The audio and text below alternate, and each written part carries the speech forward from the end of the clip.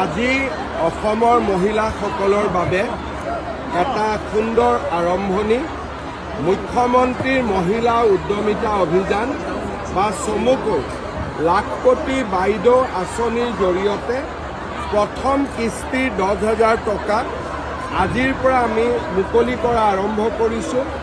আজি আমাৰ নলবাৰীত বিতৰণ হ'ল, অহাকালি জাগিৰোড, পৰহি মাৰ্ঘেৰিটা, এনেকৈ অহা 3 মাহৰ ভিতৰত প্ৰত্যেকটা সমষ্টিতে আমি এই পুঁজি বিতৰণ কৰিম। এই পুঁজিৰ সফল ব্যৱহাৰ হ'লে অহা বছৰ আমি এই আঁচনিৰ জৰিয়তে আই মাতৃসকলক 25,000 টকা, তৃতীয় বৰ্ষত বেংকৰ সৈতে সন্মিলিতভাৱে 50,000 টকা দিয়া, এই ধৰণে আমি আঁচনিখন আগবঢ়াই লৈ যাম। নলবাৰীত আজি 34,000 মহিলাই উপকৃত হ'ব। 34,000 মহিলা মানে 34 কোটি টকা আজি নলবাৰী সমষ্টিৰ আই মাতৃসকলৰ মাজত আমি বিতৰণ কৰিব পাৰিছোঁ। মই নলবাৰীৰ সমূহ আই মাতৃক অভিনন্দন জনাইছোঁ, বাইদেউসকলক অভিনন্দন জনাইছোঁ, জীৱিকা সখীসকলক কৃতজ্ঞতা জনাইছোঁ, পঞ্চায়ত গ্ৰামোন্নয়ন আৰু নগৰ উন্নয়ন বিভাগক সম্পূৰ্ণ সহযোগিতাৰ বাবে ধন্যবাদ জনাইছোঁ। আপুনি যেতিয়া চাওক প্ৰতিশ্ৰুতি দিছিলে তেতিয়া বহুত বিৰোধীয়েও কৈছিলে যে যাতে প্ৰতিশ্ৰুতি ৰক্ষা নকৰে, আজি 40 লাখ মহিলা 4,000 কোটি টকা প্ৰতিশ্ৰুতি কঠিন আছিলে। ৰূপায়ণৰ বাটতো বহুত বিত্তীয় দৃষ্টিভংগীৰ পৰা বহুত সমস্যা আছিলে, কিন্তু আজি আমি সকলো বাধাৰ প্ৰাচীৰ পাৰ হৈ এই দিনটোত উপনীত হ'লোঁ।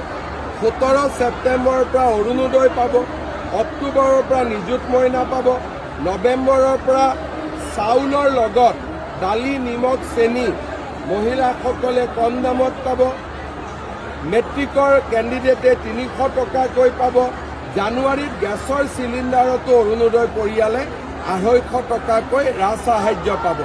গতিকে মই ভাবোঁ অনাগত 6 মাহত বহুত দৰিদ্ৰ মানুহ, মধ্যবিত্ত সমাজ চৰকাৰৰ পৰা উপকৃত। মহিলাসকলে কি এটা এতিয়া ভাল কামত টকাটো খৰচ কৰক, মোবাইল কিনি টকাটো খৰচ কৰিব নালাগে। ছাৰ, অন্য এটা প্ৰসংগ সুধিব বিচাৰিছোঁ। GMCHত শিশুৰ মৃত্যুৰ প্ৰতিক্ৰিয়া এতিয়া অব্যাহত আছে, মাত্ৰ এগৰাকী নাৰ্ছ গ্ৰেপ্তাৰ হৈছে, আন কোনো আচলতে চিকিৎসক দুগৰাকী গ্ৰেপ্তাৰ হ'ব নেকি? গ্ৰেপ্তাৰ হোৱাটো কামনা কৰি থাকিব নালাগে। এনেকুৱা কথা কৈ থাকিলে বাকী জেগাত চিকিৎসকসকল প্ৰভোগ হ'ব, কালি পৰহি আন্দোলনত যাব। গতিকে তদন্ত কমিটিৰ প্ৰতিবেদন অহাকালিৰ ভিতৰত মই দিব দিছোঁ, তাৰপিছত আমি সিদ্ধান্ত। নাৰ্ছসকলে কালি প্ৰতিবাদ কৰিছিল।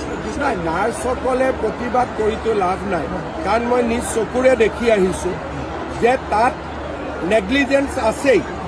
এটা মানুহ, এটা সন্তানৰ মৃত্যু, নাৰ্ছসকলো মা হয়, গতিকে পুত্ৰৰ মৃত্যুৰ বেদনা মাতকৈ কোনে ভালকৈ বুজিব? মই যিমান বুজিম তাতকৈতো নাৰ্ছ বাইদেউসকলে বেছিকৈ বুজিব, কাৰণ প্ৰত্যেকগৰাকী নাৰ্ছ বাইদেৱে মা হয়। গতিকে যিগৰাকীৰ নেগলেক্ট আছিলে তেওঁৰ কাৰণে বাকীসকল কিয় আন্দোলন কৰিব লাগে? কাৰণ মাতৃৰ মমতা আটাইতকৈ ডাঙৰ। সতীৰ্থৰ বেদনা পিছত আহিব, মাতৃৰ মমতা আগত আহিব। মই মেডিকেল কলেজত 12 বছৰ মন্ত্ৰী আছোঁ, মোতকৈ ভালকৈ কোনেও নাজানে। ইয়াত বেছি আছে, নাৰ্ছ বেছি আছে, ডক্টৰ বেছি আছে, 4th গ্ৰেড বেছি আছে, 3rd গ্ৰেড বেছি আছে, GMCত প্ৰয়োজনতকৈ ষ্টাফ বেছি আছে। নলবাৰীত কম আছে মই মানি ল'ম, GMCHত কোনো প্ৰকাৰে কাৰো সংখ্যা কম নাই। এনেকুৱা মই কওঁ, ইমান ডাঙৰ হস্পিটেল কেতিয়াবা এনেকুৱা ঘটনা আপুনি একেবাৰে নহয় বুলি ক'ব নোৱাৰে। মানুহ মাত্ৰেই ভুল হয়, আৰু ভুলটোক বহুত যদি আমি হেঁচা মাৰি থাকোঁ তেতিয়াহ'লে ভাল কাম কৰা মানুহখিনিও কেতিয়াবা ডিমৰেলাইজ হৈ যায়। সেইকাৰণে বস্তুটো ৰাজহুৱা বিতৰ্ক বা এটা TRP পইণ্ট কৰিব নালাগে। যিমানখিনি ক'ব লাগে মুখ্যমন্ত্ৰী হিচাপে আমি কৈছোঁ, একশ্যন লৈছোঁ, পিতৃৰ লগত মই কথা পাতিছোঁ, আৰু যি দোষী তাৰ ওপৰত আমি শাস্তি ল'ম। ইয়াক এটা বেলেগ পৰ্যায়লৈকে লৈ যাব নালাগে। এইখন GMC-খন মন্ত্ৰী সভা নেকি? প্ৰিন্সিপালৰ ট্ৰেন্সফাৰ নহয়, মই ইমানটো কৈ দিলোঁ। সেইটো লৈ জল্পনা গতিকে চিকিৎসক বা চিকিৎসা কৰ্মীসকলক কিবা আহ্বান জনাব নেকি দায়িত্ব? আপোনালোকে এটা দুৰ্ঘটনাকে ইমান ডাঙৰ কিয় কৰি দিছে? তেতিয়াহ'লে মানুহ হস্পিটালতে নাহিব।